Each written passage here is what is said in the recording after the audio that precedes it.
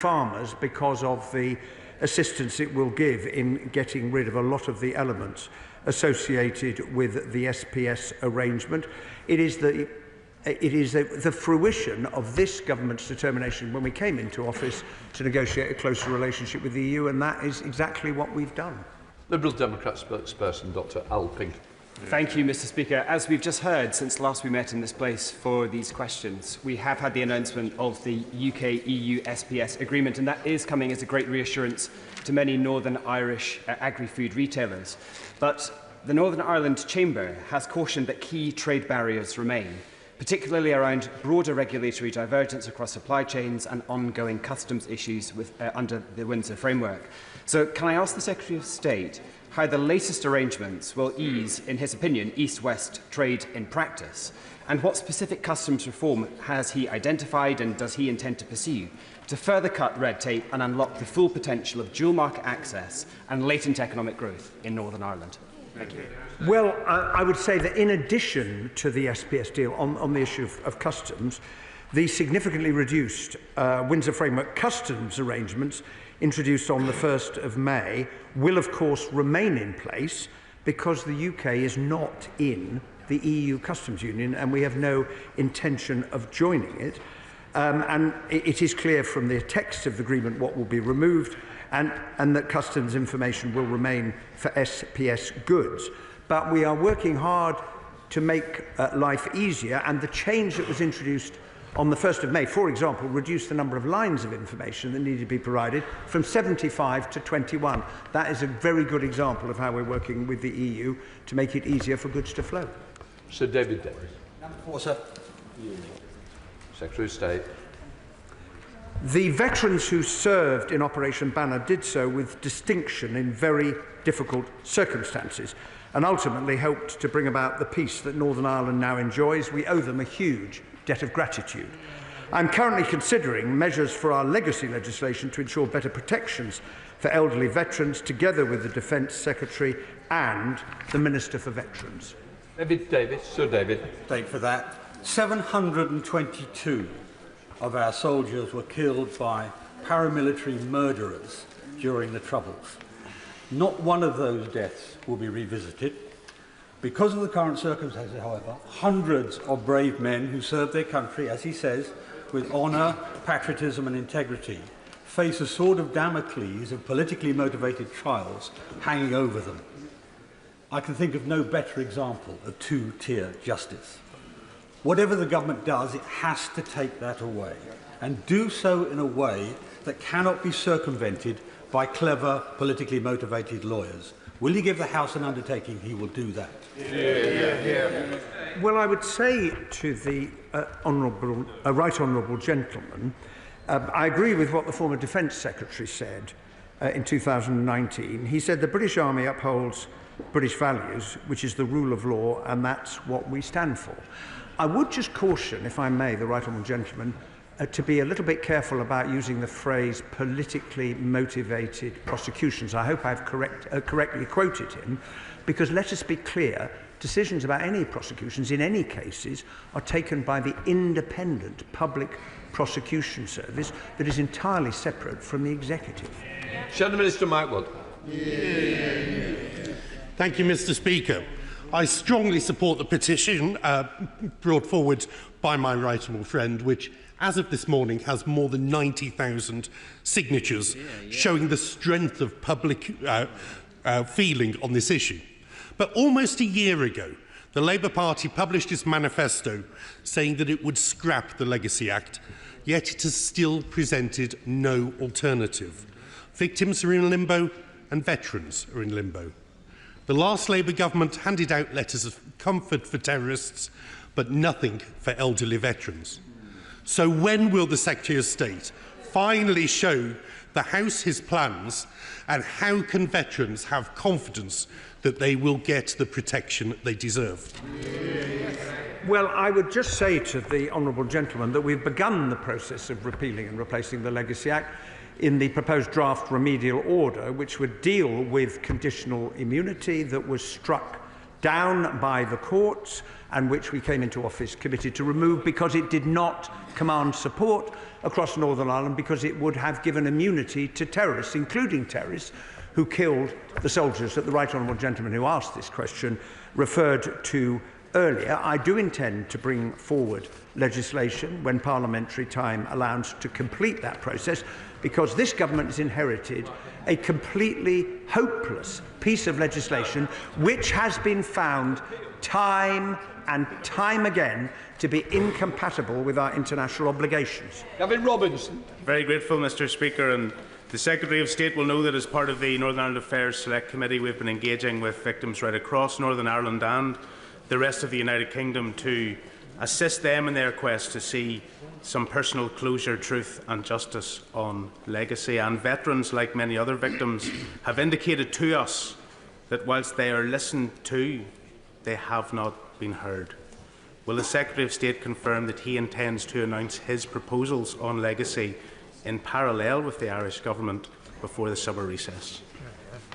I will inform the House of proposals in due course. I am in discussions, and that is well known publicly, with the Irish Government, because the reason the Legacy Act resulted in so much trouble, difficulty and produced so much incompatibility with our international obligations is because the last government, having negotiated the Stormont House Agreement with the parties and the Irish Government, then decided to perform a 360-degree turn and put in legislation that didn't command support in Northern Ireland. I want to make progress on this as quickly as possible, and I'm continuing to talk to all parties about doing so. Speaker, can I caution the Secretary of State that he should be adhering to the stranded approach, and where it is appropriate to talk to the Irish Government, it should be within that context, and he should not be subjugating our responsibilities on legacy, but nor should he be letting the Irish Government away with their obfuscation on this issue either. One of the most startling things we experienced last week was a victim who asked us collectively whether we were aware of government plans to secure a ceasefire from dissident Republicans that in return would lead to the release of dissident Republican prisoners. Can I ask the Secretary of State, in all good conscience, to recognise that dissident Republicans are a cancer in Northern Ireland and more of them should be in jail? Will he rule out the suggestion that was brought to us as a committee? Well, I can say directly to the right honourable gentleman, there are no such plans. Number 5, please. Secretary of State. Thank you very much, Mr. Speaker. The Good Friday Agreement has brought peace, security and a better life to the people of Northern Ireland. It remains an unparalleled achievement almost 30 years on from its signing, and I pay tribute to all those involved in its creation for their political courage, bravery and willingness to compromise. Speaker, I recently visited the West Bank and the occupied Palestinian territories with my honourable member from St. Ives. There we saw a systematic process of one community being taken over by another, with the Israeli government building walls and fences to protect the settler community. The Minister is of course aware of the great results Mo Mowlam achieved in securing peace in Northern Ireland following a process of engagement with both sides, a process which resulted in walls and fences being broken down and a mutual respect and a common peace being achieved. Will the government commit to using the lessons of Mo Mowlam and the Northern Ireland peace process to help securing a lasting peace in the Middle East? Well, I share with the honourable member and the whole House a wish to see lasting peace in the Middle East, and what is happening at the moment is appalling and intolerable. But I think the most important lesson from the Good Friday Agreement was the courageous political leadership that was shown by the parties to the conflict, people like John Hume and David Trimble.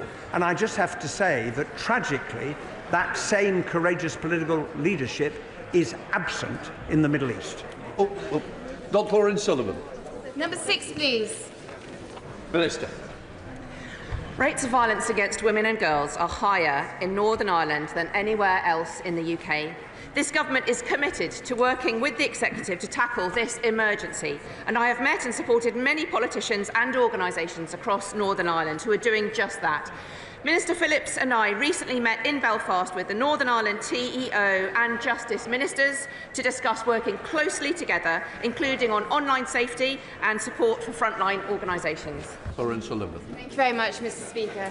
The strategy for tackling violence against women and girls must challenge attitudes that enable it. Could the Minister please outline recent discussions she's had with stakeholders across Northern Ireland to support these campaign efforts? Yeah. I absolutely agree with my right honourable friend about tackling attitudes. I have met with and I'm supporting many groups, and two to highlight that I visited are the excellent Foyle Family Justice Centre in Derry, Londonderry, which supports victims, and the work done by St Joseph's Boys School in Cregan, who are doing fantastic work with the support of White Ribbon NI through the Shaping Mindsets programme, which tackles toxic masculinity head-on in the school.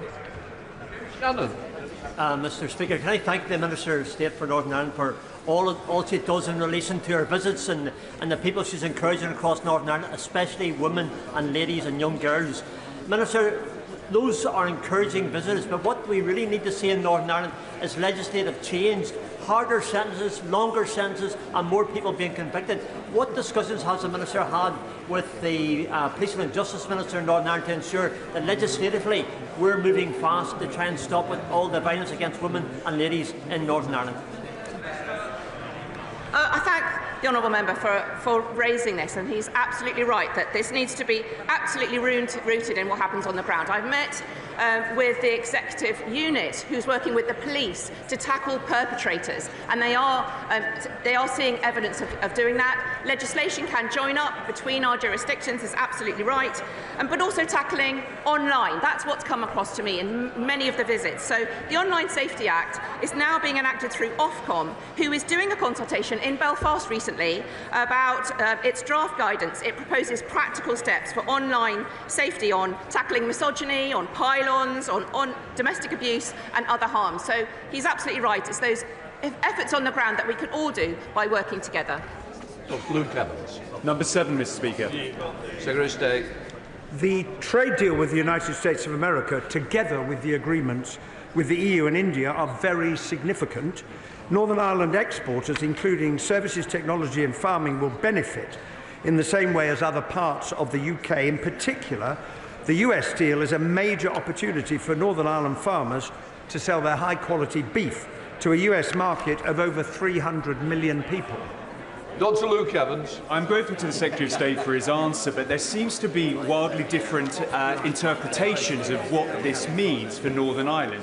So could the Secretary of State clarify what it means for imports and exports being treated under these deals when it comes to the impact of the EU tariffs?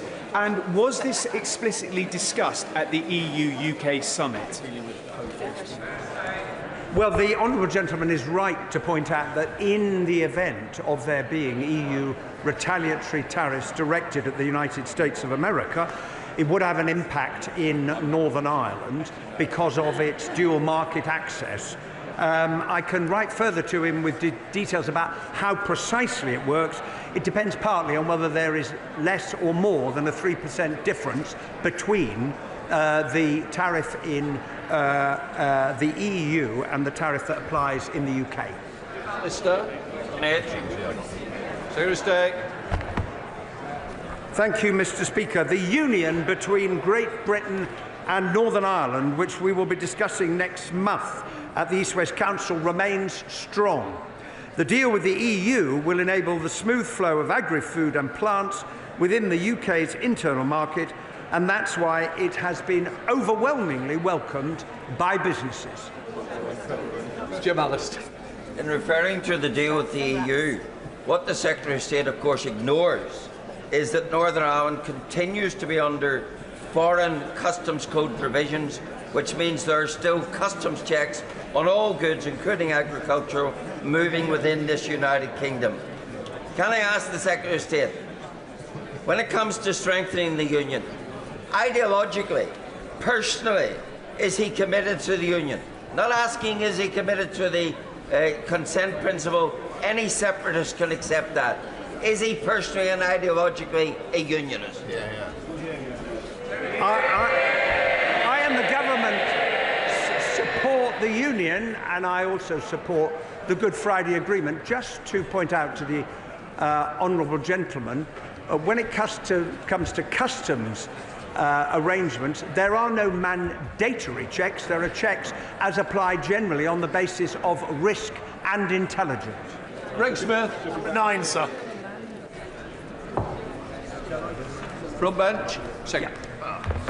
Thank you, Mr. Speaker. The government has begun the process of repealing and replacing the previous government's Legacy Act.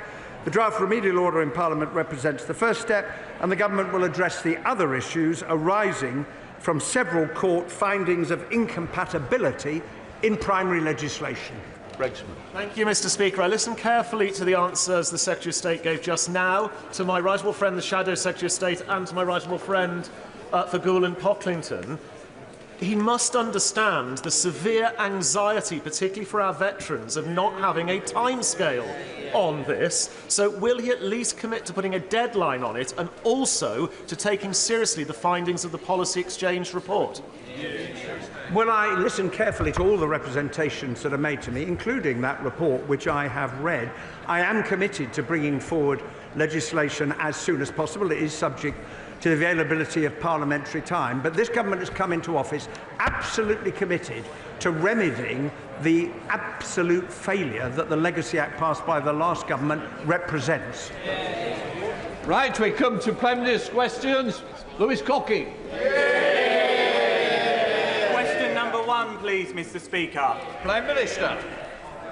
Mr. Speaker, my deepest condolences, and I'm sure those of the whole House, are with the families and friends of Jenny, Martin and David, tragically killed in the fire in Bicester last week. May I also welcome to the gallery Cheryl Corbell, the mother of Olivia.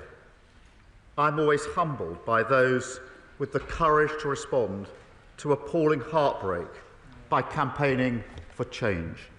And I know the whole House will pay tribute to her extraordinary courage and extraordinary resolve. Mr. Speaker, because of the action taken by this government, the UK is now the fastest growing economy in the G7. Interest rates have been cut 4 times, and we've secured our 3rd trade deal in 3 weeks. India, the US and the EU. Deals in the national interest that improve the lives of working people and businesses across the United Kingdom. Mr. Speaker, this morning I had meetings with ministerial colleagues and others. In addition to my duties in this House, I shall have further such meetings later today. Thank you, Mr. Speaker. This Labour government has been in power now for almost 12 months. So when will the Prime Minister stop defying the will of the British people, stop dancing around the subject and stop all illegal immigration into the United Kingdom, which has been rising under his watch? It was the last government that lost control of immigration. Record numbers on net migration, lost control of the borders. We're bringing forward legislation to give law enforcement the greatest possible powers. What are they doing? They're voting against it. Thank you, Mr. Speaker. Whilst the economy is showing signs of improving, many pensioners are still impacted by the cost of living crisis.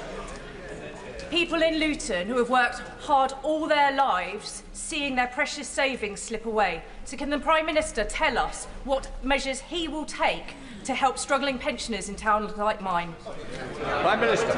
Well, Mr. Speaker, we all know the economy was left in an absolute mess by the Tories. We had to stabilise the economy with tough decisions, but the right decisions. Because of those decisions, the economy is beginning to improve. Those growth figures last year, the highest growth in the G7, interest rate cuts, 4 in a row, 3 trade deals. But I recognise that people are still feeling the pressure of the cost of living crisis, including pensioners. And as the economy improves, we want to make sure people feel those improvements in their days as their lives go forward. And that is why we want to ensure that as we go forward, more pensioners are eligible for winter fuel payments. As you would expect, Mr. Speaker, we will only make decisions we can afford. That is why we will look at that as part of a fiscal event. Leader of the Opposition, Kemi Badenoch. Mr. Speaker, it's extraordinary listening to that last answer from the Prime Minister. Inflation was 2% when Conservatives left office. 2%. It's now nearly double that. When will he recognise that it's Labour's budget driving up inflation? I think what she forgot to say was over 11% on their watch, and she didn't say a word. I am confident those numbers will come down, Mr. Speaker. The Bank of England is confident those numbers will come down. That's why we've seen 4 interest rates in a row. But I notice she can't resist grabbing any opportunity to talk the country down. She doesn't mention the growth figures, the interest rate figures, record investment, wages up more than prices, 200,000 jobs created, 4 trade deals. And the reason, Mr. Speaker, they haven't learned, they haven't changed, and as George Osborne said, she doesn't have a credible economic plan. Mr. Speaker, this is laughable from the Prime Minister. He knows that inflation was brought down by us to 2%, bang on target. We were reacting to a war in Ukraine that brought inflation up all over Europe. While he is doing trade deals with countries like the US and India, their inflation is going down. It's going up here. Why? The ONS says the inflation figures are driven by significant increases in household bills. We warned him repeatedly that this is exactly what would happen, what his policies would do. We called it Awful April. The Prime Minister came into office saying that he would tackle the cost of living crisis. He has failed. He hasn't got a clue, has he? Mr. Speaker, she talks of their record, the disastrous Liz Truss mini-budget, inflation through the work. They left a £22 billion black hole, living standards at an all-time low, energy prices through the roof, mortgages through the roof. And, Mr. Speaker, we're taking measures to bring prices down. That EU deal will bring prices down. That's why supermarkets welcomed it. What did she do? She opposes measures to bring prices down. Kemi Badenoch. Mr. Speaker, he needs to stop whining about what the last government did and look at what he is doing. He is the Prime Minister. Look at the numbers this morning. As if inflation figures weren't bad enough, we've also learned that the Deputy Prime Minister is on manoeuvres. He's lost control of the economy. He's lost control of his cabinet. She's sitting there staring at me. She knew exactly what she was doing when she briefed that into the papers. She is demanding, Mr. Speaker, 8 new tax rises, as if we haven't suffered enough. People out there are struggling. Businesses are struggling. People are losing their jobs. We cannot have more tax rises. Will the Prime Minister rule out new tax rises this year? Mr. Speaker, she's not learned or changed. They lost the election because their appalling record on the NHS, on health, on prisons, you name it. And now she accuses everyone of whining about the impact that had on the country. It had a huge impact on working people across the country, and they're absolutely right to complain about it. She wants to talk about the Deputy Prime Minister. The Deputy Prime Minister, working with the Chancellor, building 1.5 million new homes, reforming our planning system, putting £7 billion into our economy and bringing forward our employment rights bill, which is the single biggest upgrade to workers' rights in a generation. That's desperate stuff. The whole House would have heard the Prime Minister refuse to rule out new tax rises. The whole House heard it. He didn't rule it out. That his cabinet is open warfare. The Deputy Prime Minister clearly calling the shots. What is it that we've learned? We're heading for new tax rises. We know inflation is up. It's just more and more bad news from a Prime Minister who has lost control. So we heard his earlier answer, Mr. Speaker. We heard his earlier answer on winter fuel. Let's try and get some more information. I'm going to ask him a simple question. It only requires one word, yes or no. Is he planning to U-turn on winter fuel cuts? Prime Minister. Mr. Speaker, I made clear in my earlier answer that as the economy improves, we want to take measures that will impact on people's lives, and therefore we will look at the threshold, but that will have to be part of a fiscal event. But, Mr. Speaker, they lost control of every element of the economy, of prisons, the borders, the NHS, you name it. And now she's lost control of her party. They are sliding into oblivion. They will have to trade on their past, Mr. Speaker, because that's all they've got. Speaker, I made it really easy for the Prime Minister. Just a simple question, yes or no. And he could not answer. I wonder how the public feel about a man who can't give a straight answer to a simple question.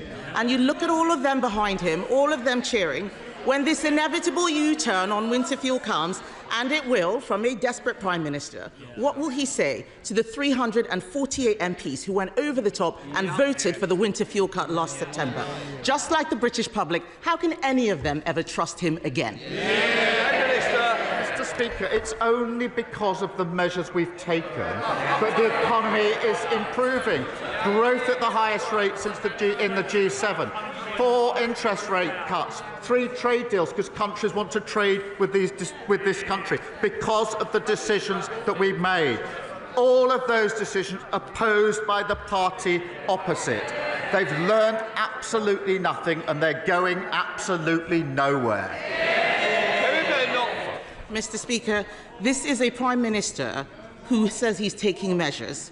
The jobs tax is killing jobs. Inflation is up. Business confidence is down. Everyone is worried. He promised to cut bills, but today we see they are rising because of his policies. He promised not to raise taxes on working people, but his jobs tax means people are losing their jobs. Every week we come here with a new company that is saying they are shedding jobs. That's on his watch. He promised to protect pensioners, but his winter fuel cut has driven thousands into hardship. His MPs hate this. He can't see them, but they all look sick just hearing what it is he's going to do. So let's wait until... Oh, yes, they're laughing. They're laughing. They're laughing.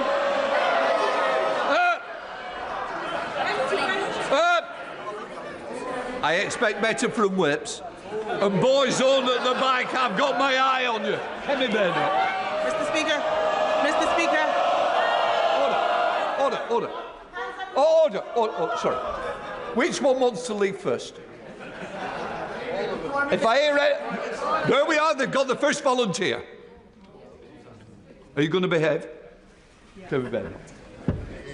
Mr. Speaker, they are laughing just as they laughed at the budget. Hands up who here wanted winter fuel cuts. Hands up. Not a single one of them. Not a single one of them. The fact of the matter is, this Prime Minister is destroying them.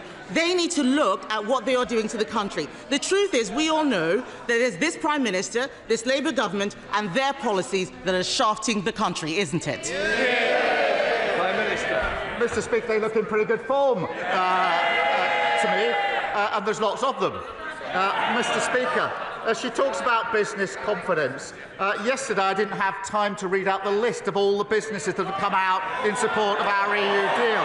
Mr. Speaker, I don't have time today. It's a long list. I went immediately to Lidl and spoke to the staff in Lidl. They're delighted with the deal we put forward yesterday. Business like the work we're doing. It's giving them confidence in the EU deal. She's opposed to each and every measure. Louise Jones. Thank you, Mr. Speaker. I recently visited Barrow Hill Primary School in my constituency of North East Derbyshire, a school in receipt of a new free breakfast club.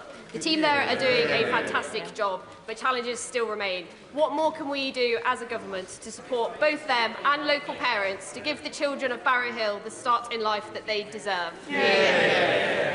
Well, I thank my honourable friend, and we are united by a shared focus on creating better life chances for our children. And I'm delighted to hear her constituents are already benefiting. Thanks to our plan for change, we'll deliver free breakfast clubs in every primary school in England.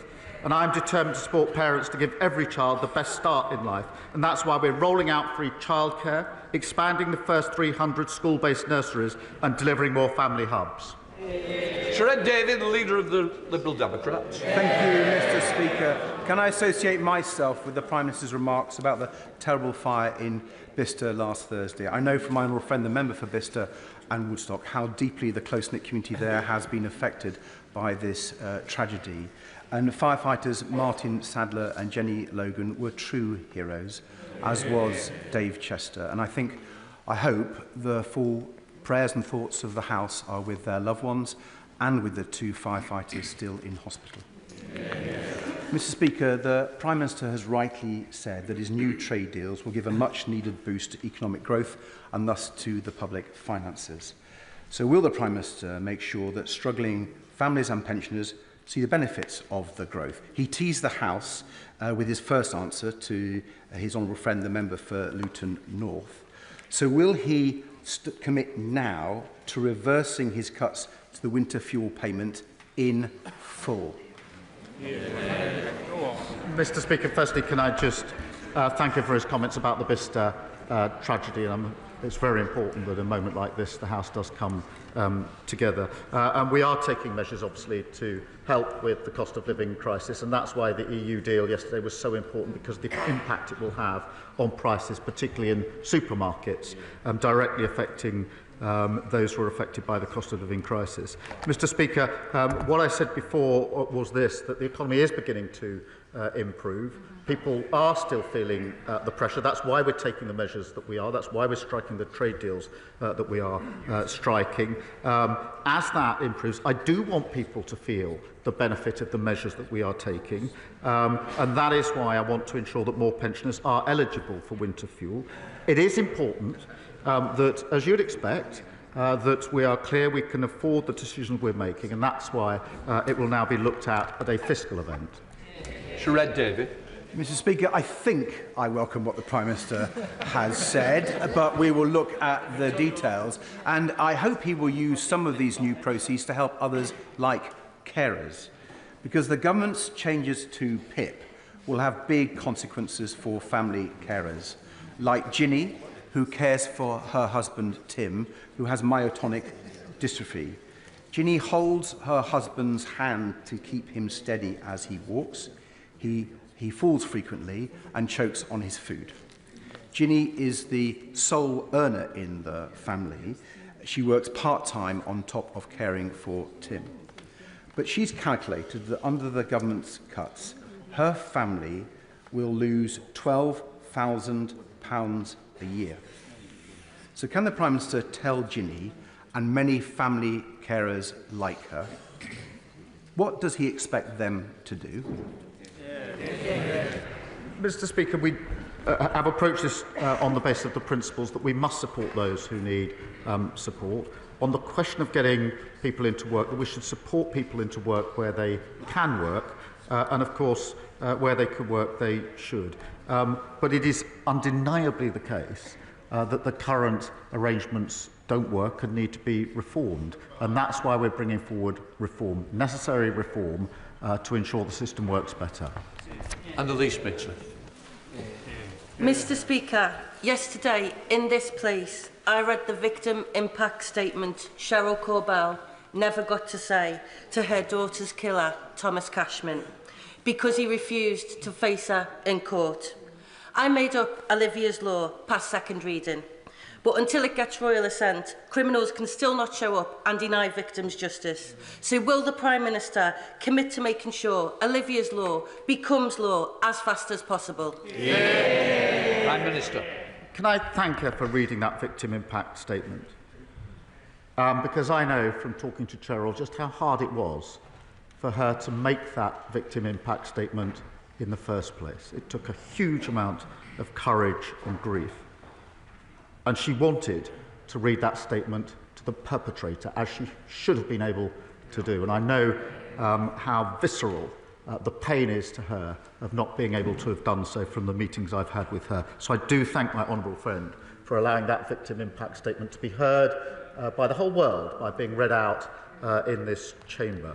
Cowards who commit these heinous crimes should face the consequences of their action and face those that have had huge impact on their lives, and that's why we will force offenders to attend the sentencing hearings with longer sentences, unlimited fines and prison sanctions for those who seek to avoid facing justice. And I again pay tribute to Cheryl, who I will meet later on this afternoon, for having the incredible courage to push for that change, notwithstanding the incredibly painful impact it's had on her and her family. Jim Allister. The government assures us that Northern Ireland is still in the United Kingdom's customs union.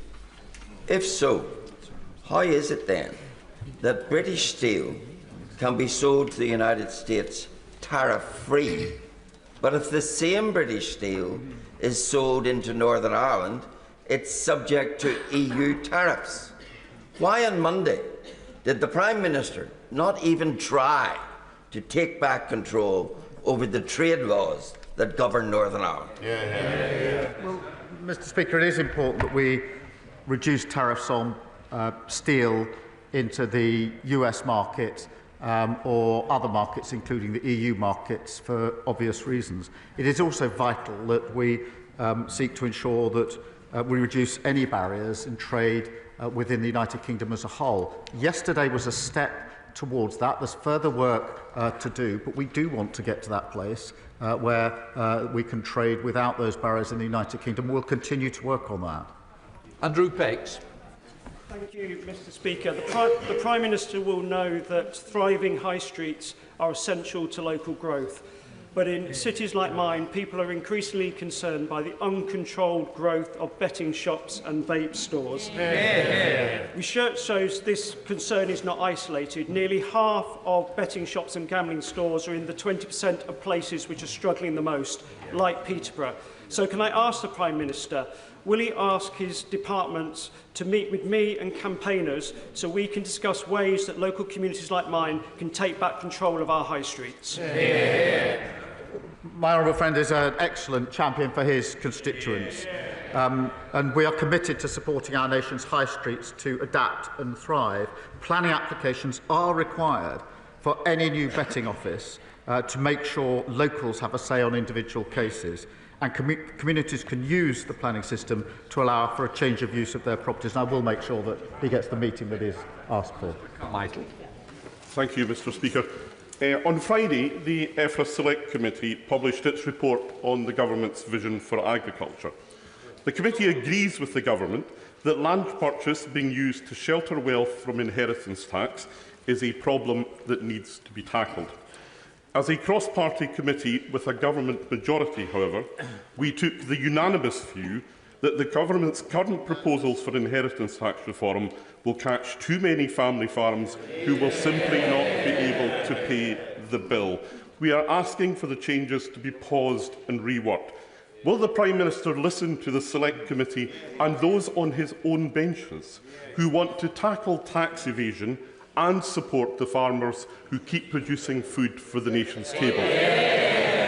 Well, Mr. Speaker, he knows the very limited impact of the inheritance tax, only on farmers of very, very high level. But he will also know the record amount of money we put in at the budget into farming, and of course the measures taken yesterday with the EU deal, which will massively help farmers selling their products into the EU market. Julia Butley. Thank you, Mr. Speaker. The Wrexham, Shropshire and Midlands Railway is on track to link North Wales and my Shrewsbury constituency directly to London with 5 trains daily, strengthening cross-border travel and fuelling this government's mission to drive economic growth. With 15 members from constituencies along the route already on board, will the Prime Minister support our journey and urge the Office for Rail and Road to give WSMR's open access application the green signal? Mr. Speaker, our plan for change will see the railways reformed to deliver more reliable and better value services for passengers right across the country. My honourable friend has been a champion for better railways and easier journeys for her constituents. Open access operators have huge potential to offer passengers more choice. I'd be delighted to make sure that she and other interested MPs meet with the Rail Minister to put their case forward. Dr. Neil Hudson. Thank you, Mr. Speaker. Mr. Speaker, I think I'm right in saying that the Prime Minister might be a lawyer, trained to review evidence and reach judgment. So when he looks at the effects of his decisions, cutting the winter fuel payment, making pensioners poorer, damaging businesses with the jobs tax, decimating rural communities with the family farm tax, and risking our food security by selling off our fishing waters, surely he can review the evidence and see the verdict. Will the Prime Minister now throw these damaging policies out of his court once and for all before they do any more harm? Well, the evidence is certainly coming in. Growth is the highest in the G7. 4 interest rates in a row, and trade deals with countries across the world who want to do deals with this country because they can see the stability that this government has brought about. Instability with them, stability and growth with this Labour government. Thank you, Mr. Speaker. This is National Epilepsy Week, and we're joined in the gallery by England rugby player Tommy Freeman, who was diagnosed with epilepsy at 19. But through effective treatment has gone on to be selected for the British and Irish Lions, and I hope the Prime Minister will join me in congratulating him on that great achievement. But for a third of epilepsy sufferers, seizures cannot be controlled by medication, like my constituent Ben Lacey, who suffers multiple seizures every single day. Ben will never be able to work, yet has been subject to stress and uncertainty of multiple PIP reassessments. So will the Prime Minister reaffirm his commitment to ensuring that people like Ben with lifelong conditions who cannot work will be protected from these damaging reassessments and given the support they need to live with dignity? Well, can I begin by congratulating Tommy and everyone selected to represent the British and Irish Lions. It's an incredible achievement, and we'll be cheering them on. Mr. Speaker, it's important that we do protect those with severe disabilities or lifelong health conditions who can't work, paying them a premium and stopping those reassessments, which is part of the reform that we're bringing about. Ultimately, we also do need to get back to face-to-face assessments by trained assessors and health professionals, which fell to only 1 in 10 assessments under the last government. Thank you, Mr. Speaker. This Prime Minister, Mr. Speaker, keeps telling his gullible backbenchers, those over there, that he's deported 24,000 people from this country since he came into power. But he won't say who these people are. Now, it's my guess that they are people that came on work visas, students, and they are simply overstayers. But I'm willing, Mr. Speaker, to be proved wrong if you can answer one simple question. How many of these people that he's deported are failed asylum seekers that's come on small boats or on the back of lorries? Answer the question. Prime Minister. Mr. Speaker, I'm very proud that we've removed over 24,000 people. That's the highest record for nearly 10 years. We're taking other measures to get back control of our borders, including the Borders Bill, which gives our law enforcement enhanced powers, including terrorism-like powers. What did his party do? What did he do? He voted against them. And I'll tell you why he voted against them. Because they don't want to fix this problem. Because it benefits them. It benefits them not to fix it. Party before country. It's very good he's standing in for the member for Clacton, I have to say. There was no sign of him yesterday at the EU. So he was the first through the E-gates somewhere to south of France.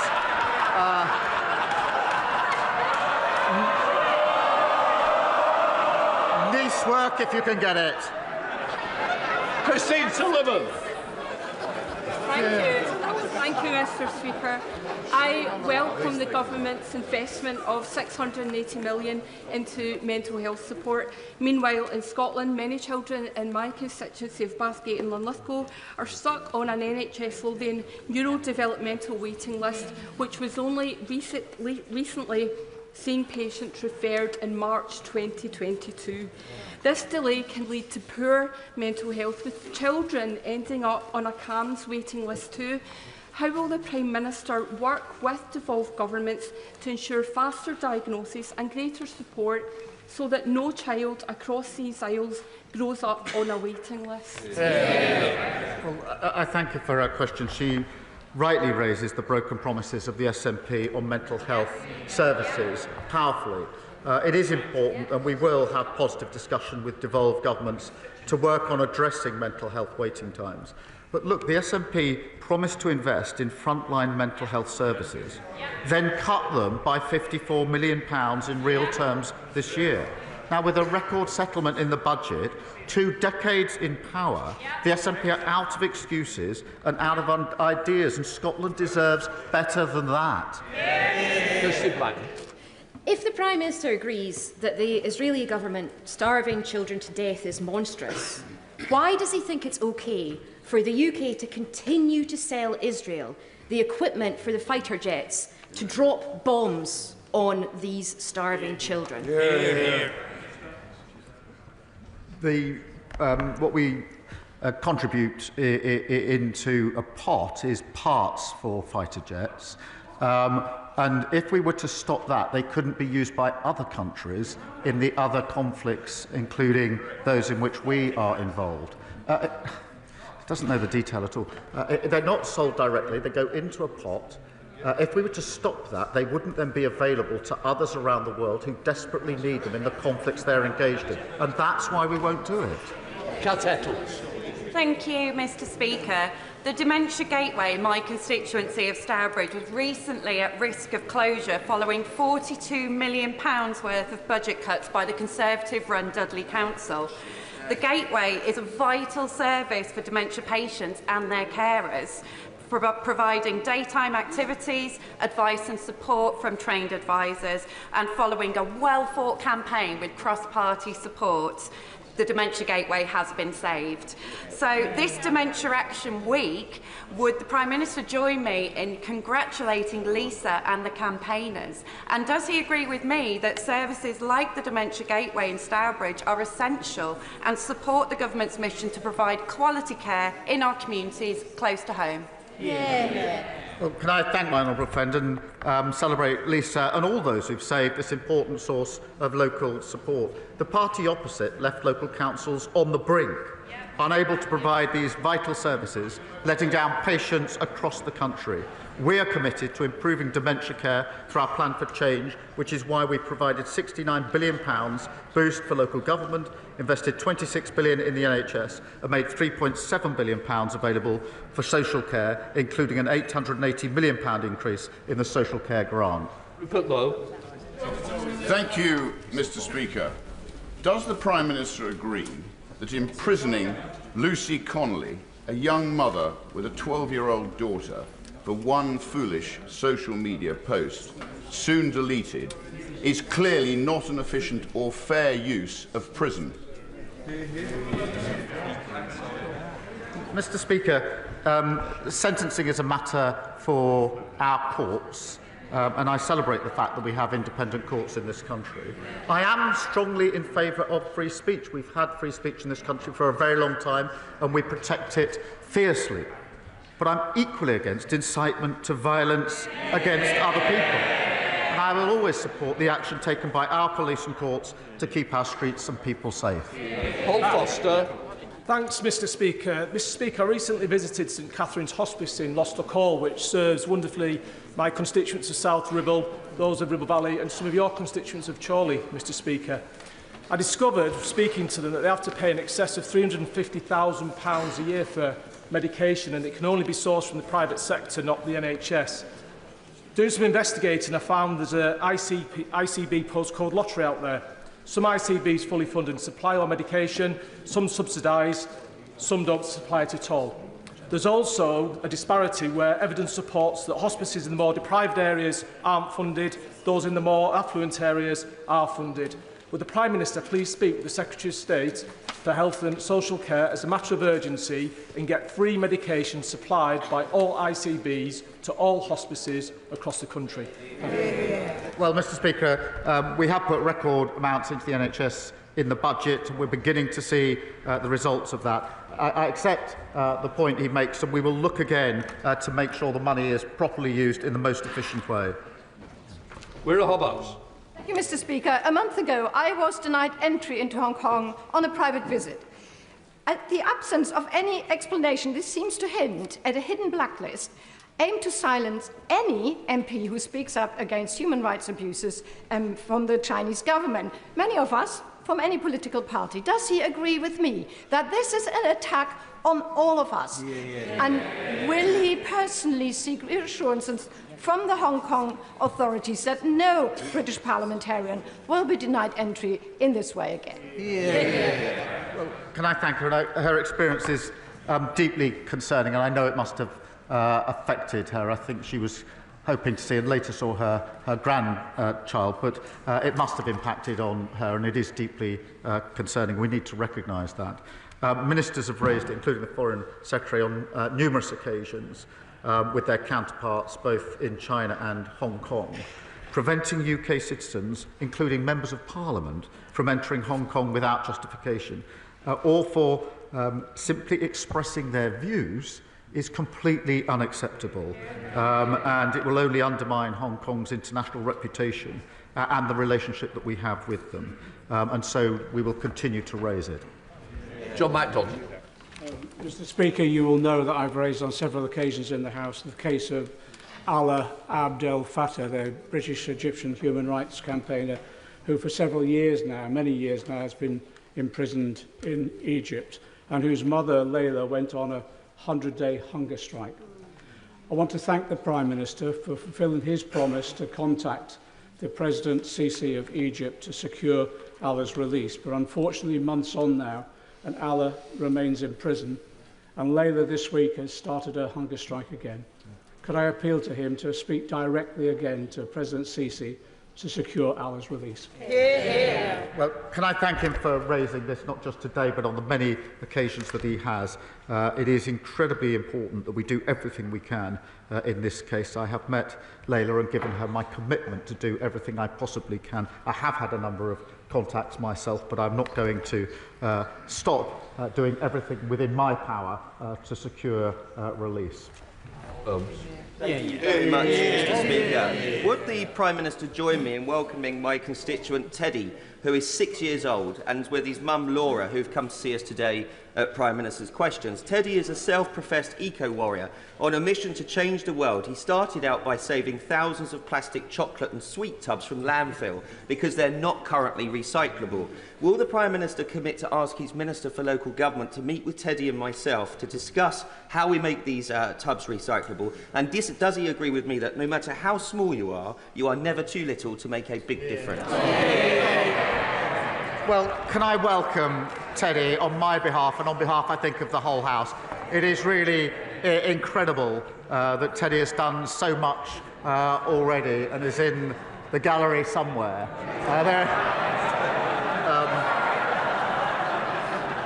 Many of us struggle for a whole lifetime to make an impact on government policy. Teddy is already age 6 having an impact, and I'll make sure that he gets to speak to the relevant minister. Final question, Rosie Wright. Thank you, Mr. Speaker. Following on from my honourable friend, I also want to mark that this week is National Epilepsy Week, an important opportunity to raise awareness of a condition that affects so many but often remains invisible. Epilepsy comes with fear and uncertainty, the anxiety of having a seizure, the impact of losing a driving licence, and the worry about medication shortages. In the UK, 1 in 100 people live with epilepsy. That's up to 6 of us in this chamber, including myself. So today I ask the Prime Minister, will he join me and the inspiring campaigners watching from the gallery in marking National Epilepsy Week as we continue to raise awareness of seizures? Well, can I congratulate my honourable friend for her tireless campaigning on this issue and those campaigners who are with us today. I know the impact epilepsy has on people across the country, including on over 100,000 children and young people. We are committed to improving care for people with neurological conditions and setting up UK-wide Neuroforum to improve treatment and care for those with such conditions. That completes Prime Minister's question. Point of order. Just let this one. Point of order, Richard Tice. Thank you, Mr. Speaker. Can I put on record of the House, with your permission, the sad passing yesterday of Patrick O'Flynn, a journalist, a political journalist, well known to many honourable members of this House. He died after a short battle with cancer. He was a lobby journalist for some 20 years, spending many, many days, weeks and months in the press gallery above. He will be much missed, and can I pass on the condolences of all honourable members to his wife, Carol Ann, and his 2 children. Can I say I'm grateful to the honourable member for his point of order.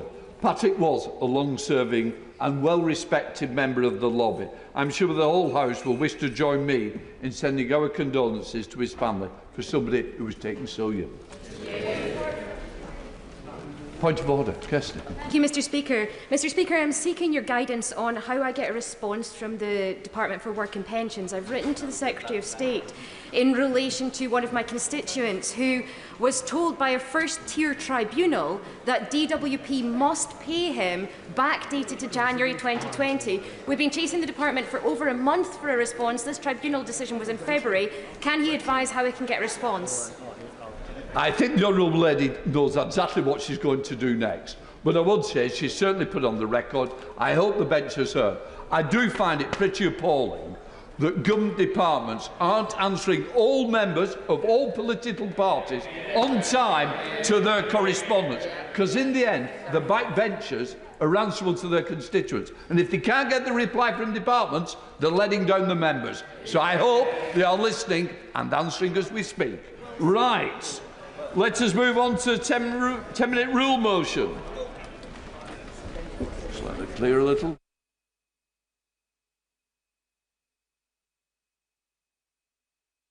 We come to 10-minute rule motion. Luke Charters. Thank you, Mr. Speaker. I beg to move that leave be given to bring in a bill to require the Secretary of State to publish an assessment of the effectiveness of current regulation of the debt collection in civil enforcement sectors and to report to Parliament on the potential merits of statutory regulation of those sectors and for connected purposes. Today, I introduce the Regulation of Bailiffs Assessment and Report Bill.